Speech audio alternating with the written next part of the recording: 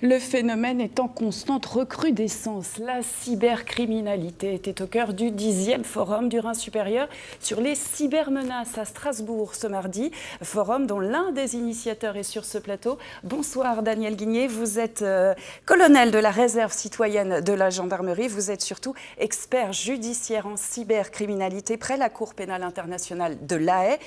Cybermenaces, de quoi parle-t-on exactement? Quelle forme ont-elles? Et avec le développement croissant du numérique, du tout connecté, quelle forme auront-elles demain? De quoi faut-il se méfier?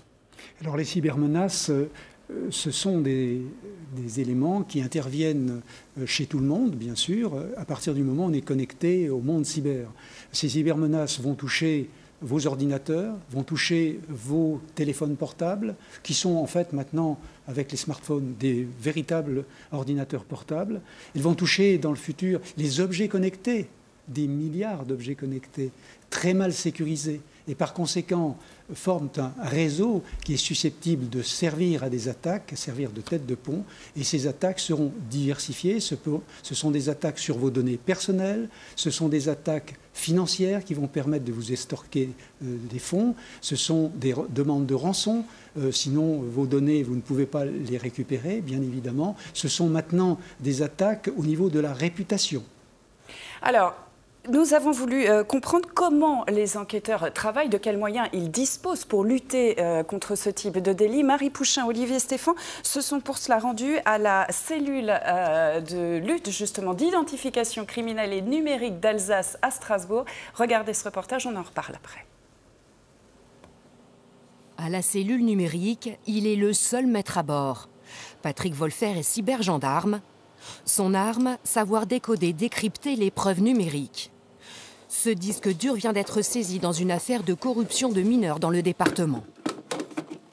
Là, c'est un homme qui s'est connecté sur un forum de discussion et qui est rentré en contact avec un mineur et qui s'est exhibé sexuellement devant lui. À la recherche de la preuve numérique, il entre dans les entrailles de la machine. Grâce à ces outils, tout est passé à la loupe dans le moindre détail, même ce qui a été nettoyé. Là, en l'occurrence, j'ai retrouvé une des vidéos qui avait été transmise et mise en cause dans ce dossier.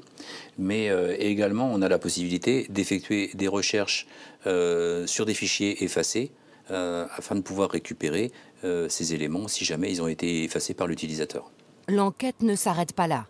Il faut toujours chercher d'autres victimes potentielles. À chaque affaire, ce sont des centaines de milliers d'images et de vidéos à trier. Un travail fastidieux, souvent éprouvant.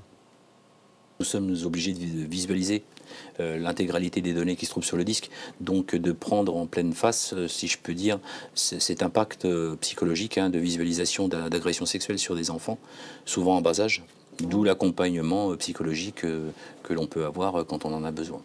70% des enquêtes cybercriminelles dans le Bas-Rhin sont des affaires de pédopornographie. Le reste, ce sont souvent des arnaques de particuliers, jusqu'aux raquettes d'entreprises plus récemment, avec toujours ce même langage codé. Là, je suis en train de travailler sur un code source d'un mail qui contenait un cheval de Troie qui a été envoyé à une société dans le but de crypter les données du disque dur de l'entreprise. Souvent le même scénario. Un mail, une pièce jointe ouverte et c'est la prise d'otage de toutes les données.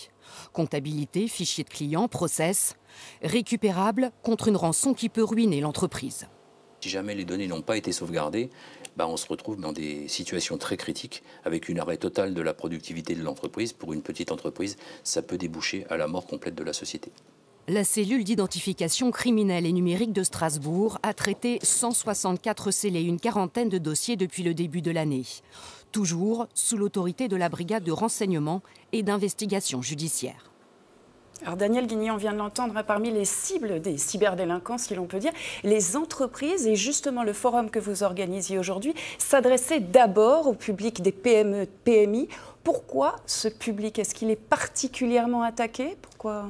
Oui, alors les PMI, PME et les très petites entreprises ont beaucoup moins de moyens que les grandes entreprises et par conséquent sont beaucoup plus fragiles.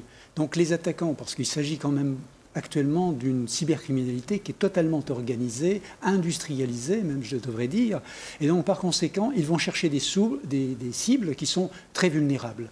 Alors on commence par se renseigner si on veut cibler la société, sur la société, en trouvant des éléments, soit d'une manière légale, les sites web, les registres du commerce, etc. Ça veut dire qu'en tout cas, il y a des outils pour se protéger aujourd'hui, que ce soit quand on est chef d'entreprise, que ce soit aussi particulier. Est-ce que nous, particuliers, on est assez sensibilisés à ce phénomène?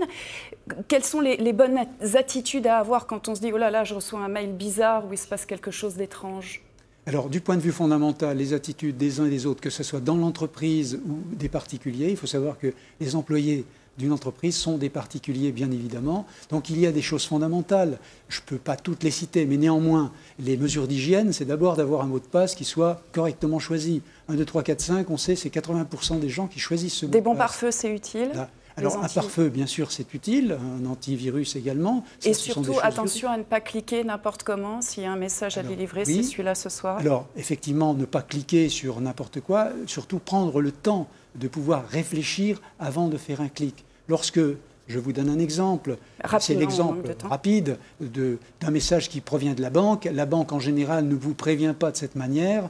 Soit votre attaché commercial vous téléphone, soit, si vous avez un doute, eh bien, il faut aller sur la plateforme de votre banque et aller sur votre espace. Donc, un mail de votre banque qui dit « cliquez ici », on appelle d'abord son conseiller avant de cliquer. Et surtout, ne pas cliquer et ensuite s'apercevoir qu'on n'a pas cliqué. Merci beaucoup, Daniel Guilinier, pour ces précieux conseils.